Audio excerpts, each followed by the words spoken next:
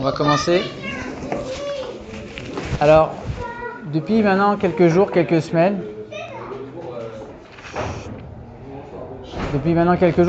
on est rentré dans les jours d'hiver. On voit qu'il fait de plus en plus froid. Les nuits, elles se rallongent.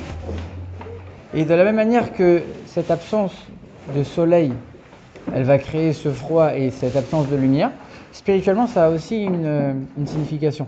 Ça représente l'obscurité, ça représente toutes les difficultés, toutes les galères, tout l'exil en vérité. Et dans les parachiotes qu'on est en train de lire en ce moment, on lit l'histoire de Yaakov. C'est quoi l'histoire de Yaakov? Yaakov, il est parti de chez ses parents, là où il étudiait la Torah, là où il était bien au chaud. Il est parti où? À Haran. Haran, c'était l'endroit le plus dépravé, le plus débauché. Le pire endroit qui existait à l'époque, c'était là-bas. Et il est parti là-bas, donc dans l'obscurité. Et qu'est-ce qu'il a fait là-bas? Là-bas, c'est là-bas qu'il a réussi à fonder toute sa famille, à fonder finalement ce qui allait être l'avenir du peuple juif, le futur peuple juif. Et quand il revient, là cette semaine on est en train de parler dans la paracha du retour de Yaakov, donc il a passé 20 ans là-bas, 20 ans très difficiles, où Lavan lui a fait plein de problèmes pour gagner sa vie, il l'a fait travailler, etc. Il a réussi à établir toute sa famille et il revient maintenant. Et il y a un verset qui dit « Veshavti beshalom », maintenant je vais revenir en paix. C'est quoi la paix? Quand on réfléchit un petit peu, c'est quoi la paix? La définition de la paix. Alors, en ce moment, dans cette période-là, on a deux grandes dates. On a le 10 qui se lève et le 19 qui se lève.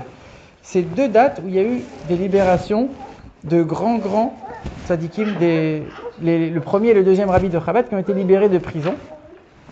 Et quand le premier rabbi il est sorti de prison, au moment même où il était en train de lire dans les Tehillim le verset qui disait « Mon âme a été libérée dans la paix », là il a été sorti. Donc la paix, c'est le sujet en ce moment, la paix. Pada beshalom, mon âme elle est sortie dans la paix. Ça veut dire quoi? C'est quoi la paix? Alors, il y a trois types de paix. Il y a un premier type de paix, c'est quelqu'un qui a fait la guerre, et suite à la guerre, il a réussi à obtenir la paix. Ça, c'est un premier niveau. C'est quoi? Ça, c'est le niveau de David Ameller. David, qu'est-ce qu'il a fait? Il a fait plein de guerres, et à la fin, il a gagné. Donc, en fait, tu obtiens une paix, mais tu as dû te battre, tu as dû te salir, tu as dû perdre, entre guillemets, perdre quelques plumes, et après, tu as obtenu la paix. Il y a le deuxième niveau de paix, c'est quoi? C'est quelqu'un qui est tellement fort qu'il impressionne tout le monde et donc du coup on n'ose pas l'attaquer. Les ennemis ils n'osent pas l'attaquer. Mais est-ce que les ennemis pour autant ils sont devenus des amis? Non. Les ennemis ils sont restés aussi opposés et aussi méchants qu'avant, mais comme ils ont peur de toi ils ne vont pas te toucher. Ça c'est un deuxième niveau de paix. Le troisième niveau de paix c'est que tu brilles tellement, ta lumière elle est tellement forte que l'ennemi automatiquement il va se dire attends celui-là je ne vais pas lui faire la guerre en fait. Celui-là c'est quelqu'un de tellement extraordinaire, je ne vais pas lui faire la guerre. Lui au contraire je vais chercher à être son ami et l'ennemi se transforme en ami de manière complètement automatique. Et ça, alors du coup on a dit le deuxième niveau, ça c'est ce qui s'est passé à l'époque de Shlomo. Shlomo Ameller c'était le fils de David et lui on dit qu'il n'y avait aucune guerre, tout allait bien. Mais les royaumes qui étaient autour, ils ont continué à détester le peuple juif, puisque la preuve, c'est que dès qu'il est mort, les guerres, elles ont repris. Et le troisième niveau, où tout s'annule de manière complètement automatique, ça, c'est le niveau qu'il y aura quand Mashiach viendra. Où tous les ennemis du peuple juif, non seulement qu'ils vont arrêter de détester le peuple juif, mais ils vont devenir des amis, ils vont venir de eux-mêmes vers le peuple juif sans aucun problème. Alors, ça nous paraît très abstrait, on est en train de parler de guerre, physique, pas physique, il y a 2000 ans, il y a 3000 ans. Aujourd'hui, en quoi ça nous parle tellement? Et nous, dans notre vie de tous les jours, en quoi ça me parle maintenant de faire la guerre ou de ne pas faire la guerre? C'est complètement éloigné, hors de portée. En vérité, la guerre, c'est au jour le jour, chacun au quotidien, dans sa vie, avec le mauvais penchant, avec le Yetzer Hara, avec l'âme animale. On a toujours expliqué, ça fait plusieurs semaines, on explique que chaque juif, il a une âme divine et une âme animale. Et dans le combat contre l'âme animale, il y a trois niveaux, c'est exactement ce qu'on vient de dire. Il y a le premier niveau, c'est quand l'âme divine, elle vient s'abaisser à l'âme animale pour essayer de la convaincre et essayer maintenant de travailler avec elle. Donc d'un côté c'est bien puisqu'elle a réussi à parler avec elle, à travailler avec elle de manière profonde. D'un autre côté, elle a dû descendre à son niveau, donc elle s'est salie entre guillemets. Ça c'est le premier niveau. On a le deuxième niveau où c'est l'âme divine, elle est tellement forte et elle va tenir de manière tellement forte ses convictions que l'âme animale, elle vient même pas l'embêter. Mais est-ce que l'âme animale, pour autant, elle a encore envie de faire des bêtises? Ouais. Elle a toujours envie de faire des bêtises, seulement, comme l'âme divine, elle est très forte, elle va s'empêcher.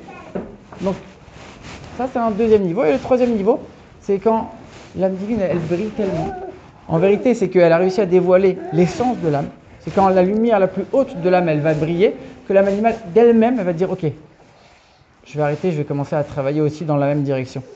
Ce niveau de l'âme qui va briller, c'est un niveau, on dit, il est tellement haut que toutes les bêtises qu'on peut faire, elles ne vont jamais entacher ce niveau-là. Ce niveau, c'est Dieu lui-même, qui existe à l'intérieur de chacun, c'est le niveau qu'on ne peut pas toucher. Et même quelqu'un qui va faire les pires atrocités qui existent, ce niveau-là, dans son âme, l'essence de son âme, il ne sera jamais entaché. Et quand ce niveau il brille, automatiquement, tout va bien, automatiquement, tout va aller pour le mieux et l'âme animale va s'annuler de manière complètement automatique. Alors, est-ce que c'est possible d'aspirer à ce niveau? Peut-être pas l'atteindre, mais en tout cas essayer de se diriger vers cette direction.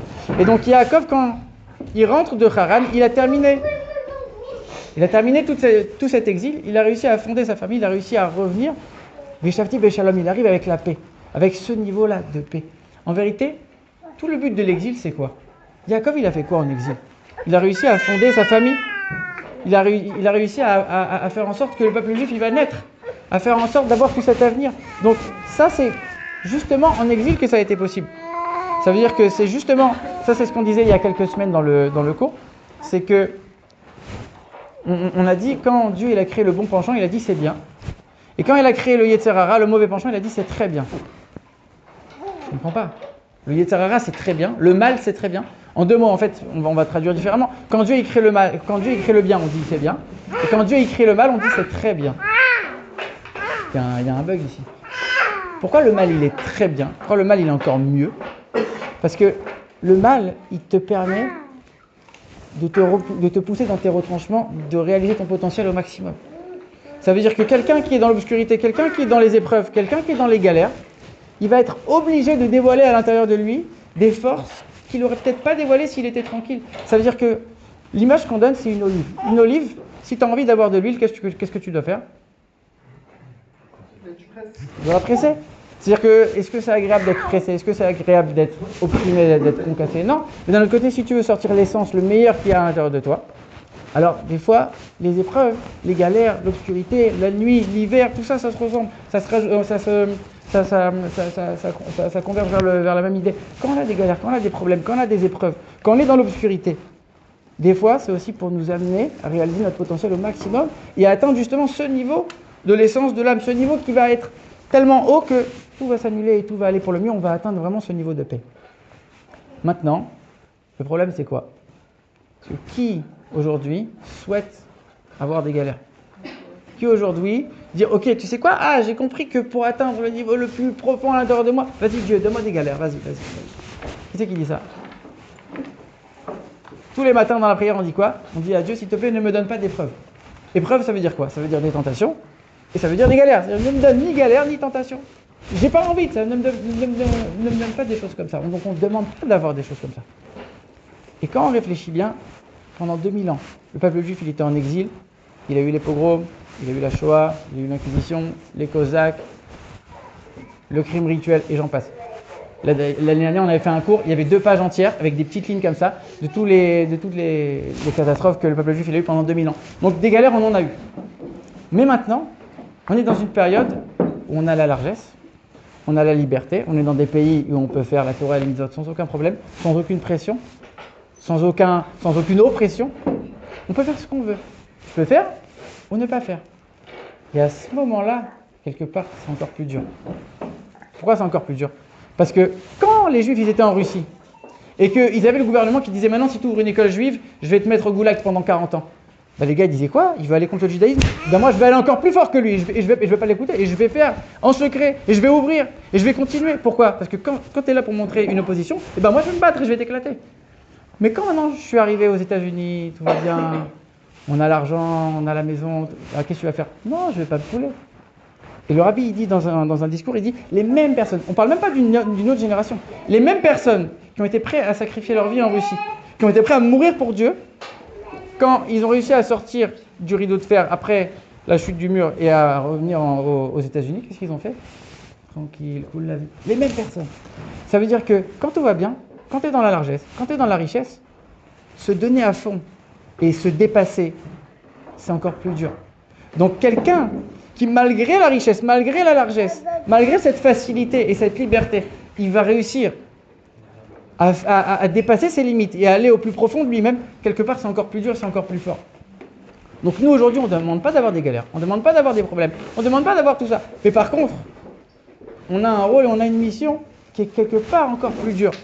Et donc on peut avoir exactement les mêmes résultats et le même mérite. Alors qu'on puisse prendre cette leçon, là on est dans les jours de l'hiver, on a Yutet Kislev qui arrive la semaine prochaine, on a Hanouka, toute cette période d'obscurité qui finalement nous apprend qu'on est là pour la transformer en lumière, on est là pour utiliser cette obscurité pour sortir, pour aller au plus profond de nous-mêmes, pour dévoiler les forces les plus profondes qui sont à l'intérieur de nous. Et on a la chance de ne pas être dans les générations d'avant avec toutes les galères. On a une autre mission, peut-être encore plus dure, mais on est quand même content d'avoir celle-là et pas une autre, alors qu'on puisse accomplir notre mission, faire le maximum, dévoiler notre potentiel, qui on est, notre véritable identité, nos véritables forces, et que ça puisse amener Mashiach.